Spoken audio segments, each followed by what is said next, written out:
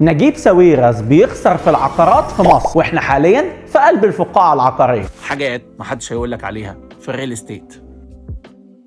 المستثمر الكبير الباشمهندس نجيب ساويرس طلع علينا الفترة اللي فاتت بتصريحات نارية، واللي في ملخصها بيقول 70% من سعر العقار فوائد اقساط. شركات التطوير العقاري مكسبها لا يتعدى ال 2%. احنا حاليا على شفا الفقاعة العقارية بسبب نسب الفوائد العالية وحاجات تانية كتير بالشكل ده. عشان نقدر نفهم الكلام ده ونقيمه لازم نعرف ازاي العقارات بتتسعر. انت هتقيم كلام نجيب ساويرس؟ عادي. موضوع التسعير ده ليه متغيرات كتير جدا وفي اساتذه في الموضوع ده، بس خلينا نبسط الموضوع ده ونختصرها في 4 نقط اساسيه المتحكمه في تسعير العقار. اولا التكلفه، ودي اللي بتشمل تكلفه الارض والمباني واعمال المقاولات والتشطيبات وكمان المساحات الخضراء وكل شيء خاص بالمشروع، من اول ما يكون ارض فاضيه لحد ما يكون جاهز للتسليم. وطبعا الموضوع ده بيختلف من شركة للتانية ومن مشروع للتاني. طب هل البنى ده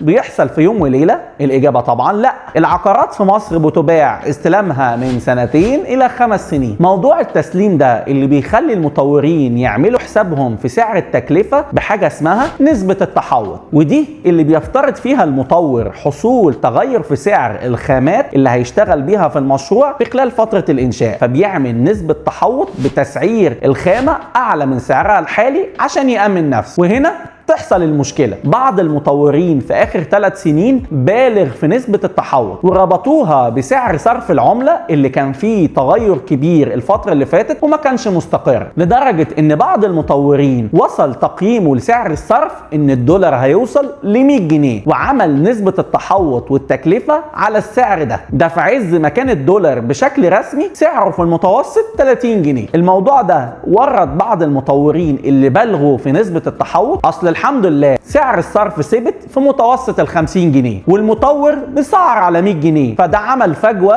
المطورين حاولوا يعالجوها. خد أنظمة سداد جديدة على 12 و14 وفي بعض الأحيان 16 سنة عشان يعوض النسب المبالغ فيها في التحوط، لأنه ما يقدرش ينزل سعر العقار اللي هو بالفعل باعه غالي. أنا عايز أقول لك إن في مطور معين كان كل يوم حد بيرفع السعر لدرجة إن معايا عميل عايز يشتري السبت ويطلع الاثنين. ثانيا المكسب، زي ما قلنا في ريل رقم 15 اللي بعنوان الفلوس بتجيب فلوس، ان المطور هو اكبر مستثمر في رحلة العقارات بيكسب. خليني اقول لك يا صديقي واصدمك من لسان اكبر المسؤولين عن التسعير في السوق المصري، اقل نسبة مكسب بيحطها المطور العقاري 25%، واللي بتوصل لحد 57%. انا كمان عايز اقول لك، واللي هو بيني وبينك كلام مش متأكد منه، في بعض المطورين بيوصل نسبة مكسبهم ل 70% من قيمة العقار.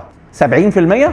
70%. ثالثا العمولات والدعاية اللي هو الماركتينج ومصاريف التشغيل وحاجات كتير زي كده. رابعا فوائد الاقساط. فوائد الاقساط بحر كبير لطرق كتير لحسابه، وبيدخل في حسابه عدد سنوات الاقساط، فايدة البنك، المديونيات وتصفيتها وحاجات كتير بالشكل ده. باختصار هقول لك ان متوسط سعر الفايدة في الشركات العقارية لكل سنة من 2.5 إلى 5% عن كل سنة. يعني لو المطور بيقسط على 10 سنين مثلا، فنسبة الفوائد من 25 إلى 50% على ال10 سنوات. وطبعا في بعض الفوائد بتكون مركبة ومتزايدة. وطبعا انت هتسأل السؤال، ليه المطور ما يريحش دماغه ويشتغل عن طريق التمويل البنكي وياخد فلوسه ويبقى التعامل مباشر مع البنك زي دول كتير؟ في الحقيقة ده كويس جدا، ولكن كون المطور بيقوم بدور التمويل في العقارات ده بالنسبة لي أقل مخاطرة، والأزمة الاقتصادية 2008 خير دليل. في النهاية عايز أقول لك إن مش كل اللي بيكلمك هو في الأساس خايف عليك،